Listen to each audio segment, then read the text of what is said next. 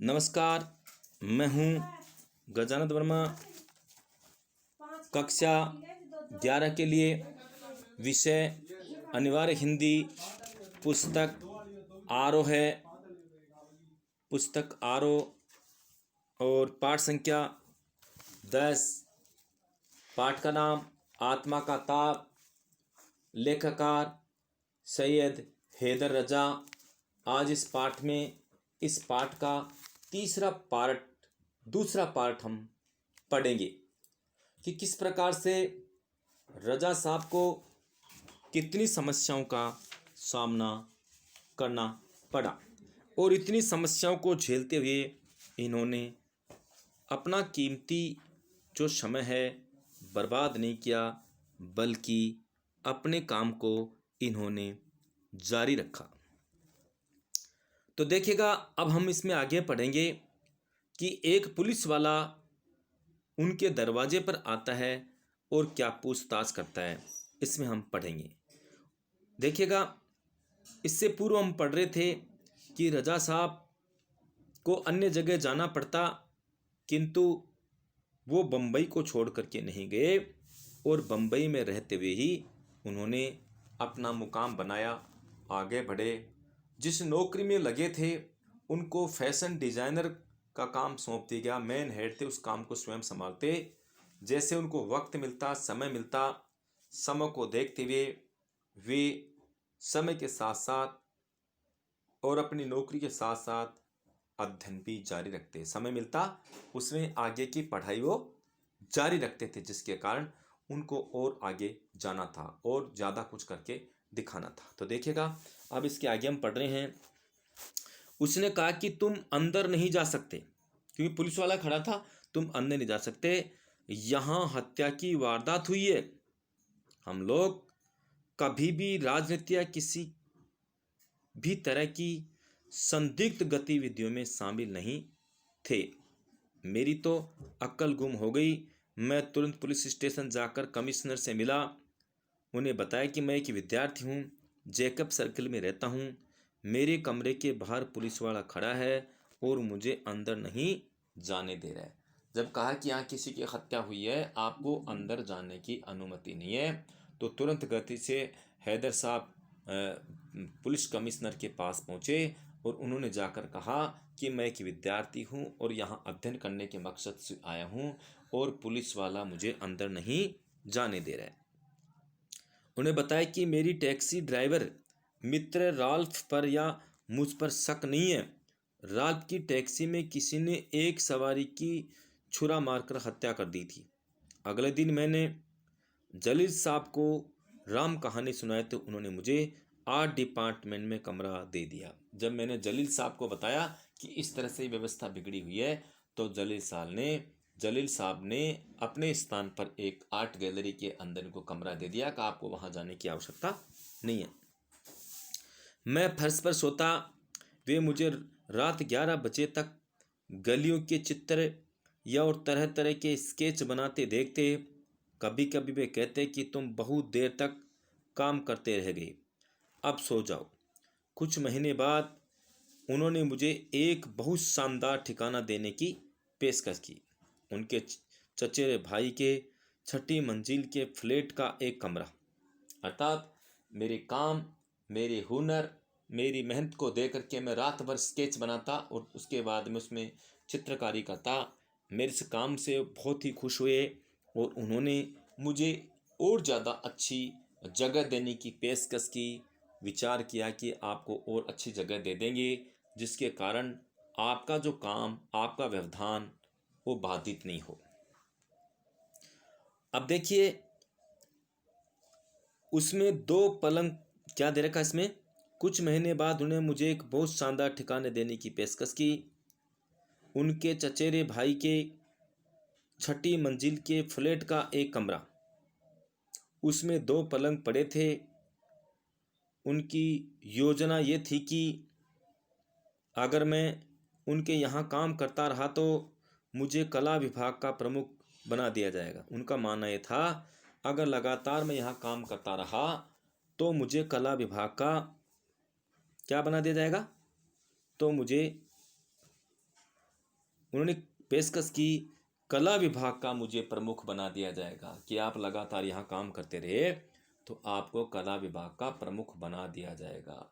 ये उनका मानना था। उन्होंने बताया भी, क्या कहा कि मैं उनके यहाँ काम करता रहा तो मुझे कला विभाग का प्रमुख बना दिया जाएगा। मैं जेकब सर्कल का 7 रास्ते वाला घर और उसकी गलीज वातावरण छोड़ करके नए ठिकाने पर आ गया और पूरी तरह अपने काम में डूब गया। जो जगह थी उस जगह को मुझे छोड़ना पड़ा और उसको छोड़ करके मैं अपने काम में डूब गया, अर्थात मैं अपने काम में दिल दिमाग और पूरा ध्यान मैंने उस काम में लगा दिया।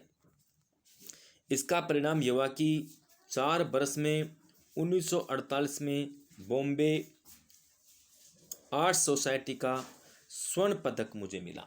लगातार कड़ी मेहनत के कारण 4 वर्ष निकल गए तो मुझे क्या कि स्वर्ण पदक से नवाजा गया, क्योंकि इतनी मतलब जो ख्याति अर्जित कर ली थी, जिसके कारण रजा साहब को स्वर्ण पदक दिया गया। इस सम्मान को पाने वाला मैं सबसे कम आयु का कलाकार था। इस सम्मान को पाने वाला मैं सबसे कम उम्र का कलाकार था। 2 बरस बाद मुझे फ्रांस सरकार की छात्रवृत्ति मिल गई। मैंने खुद को याद दिलाया, भगवान के घर देर है अंधेर नहीं। मेरे पहले 2 चित्र नवंबर 1943 में आर्ट सोसाइटी ऑफ इंडिया की प्रदर्शनी में प्रदर्शित हुई, अर्थात इन्होंने जो इससे पूर्व जो चित्र बनाए थे वो आगे चल करके प्रसिद्ध हुए और उनको मुख्य जगह लगाया गया, मुख्य लोगों को दिखाया गया, जिसके कारण लोगों ने इनके चित्रों को पसंद किया।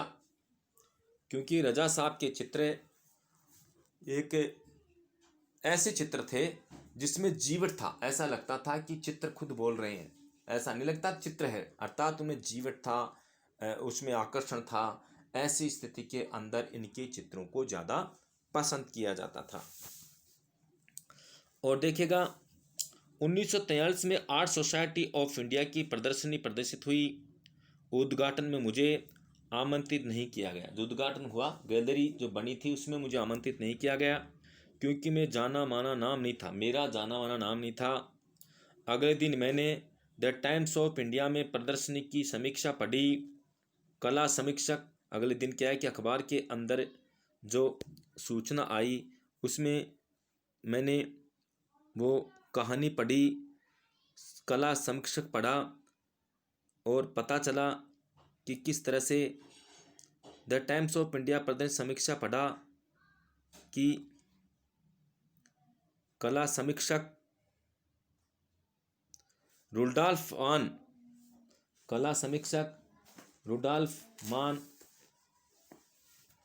क्या कहा, कला समीक्षक रुडॉल्फ वान ने मेरे चचेरे मित्र रुडॉल्फ वान लेडेन ने मेरे चित्रों की काफ़ी तारीफ की।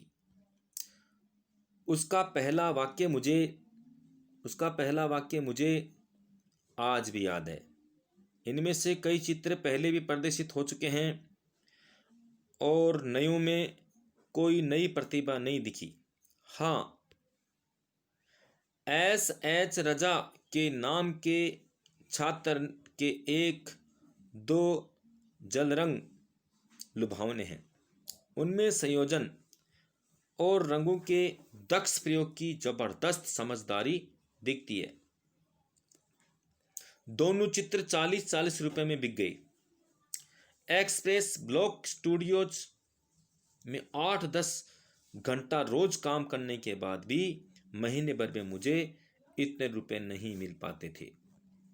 वेनिस अकादमी के प्रोफेसर वाल्टर हैंगहेमर से भेंट हुई तो उन्होंने जर्मन उच्चारण वाली अंग्रेजी में कहा, जर्मन जो उच्चारण है, जर्मनी उच्चारण है, जर्मनी भाषा का उच्चारण, उसमें कहा, क्या कहा, I loved your staff mister Raza, Raza साहब मुझे आपका काम पसंद आया। रुडॉल्फ वान लेडेन की कृपा बनाए रखते थे। इसके बाद वियना के कला संग्राहक एमेनुअल ग्लेसिंगर मेरे काम के प्रशंसक बने। ये मेरी बहुमूल्य उपलब्धि थी। समय के साथ साथ चीजें होती चली गई। प्रोफेसर हेमर ने काम करने के लिए अपना स्टूडियो दे दिया। जिस स्टूडियो के अंदर स्वयं काम करते थे मुझे दे दिया कि आप यहाँ रह करके अपना हुनर तलाश सकते हैं, आपका तरीका, आपका काम यहाँ कर सकते हैं, जिसके कारण आपका जो अधूरा सपना है उसको आप पूरा कर सकते हैं। उनको दे दिया जिसके कारण उनको समय मिले, समय का सही सदुपयोग हो। और स्टूडियो दे दिया। और एक बात उन्होंने और कही कि कृपा बनाए रखते। उनके बाद वियना चला गया। एक कला संग्राहक एमुनन सिंगुचिन मेरे काम के प्रशंसक बने। ये मेरी बहुमूल्य उपलब्धि थी। समय के साथ साथ चीज़ें होती चली गई। प्रोफेसर हेमर ने काम देने के लिए अपना स्टूडियो दे दिया। Way the times of India में आर्ट डायरेक्टर थे। मैं दिन में उनके स्टूडियो में चित्र बनाता, शाम को चित्र उन्हें दिखाता। दिन में चित्र बनाता, शाम को उनको दिखाता। और दिन में चित्र बनाता, शाम को उन्हें दिखाता, तो वे बारीकी से उनका विश्लेषण करते। मेरे काम में उनकी रुचि बढ़ती गई। मेरा काम निखरता गया।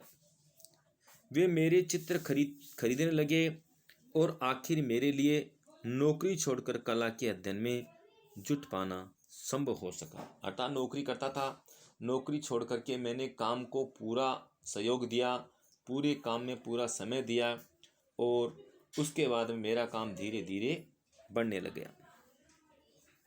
सन 1947 में जे स्कूल ऑफ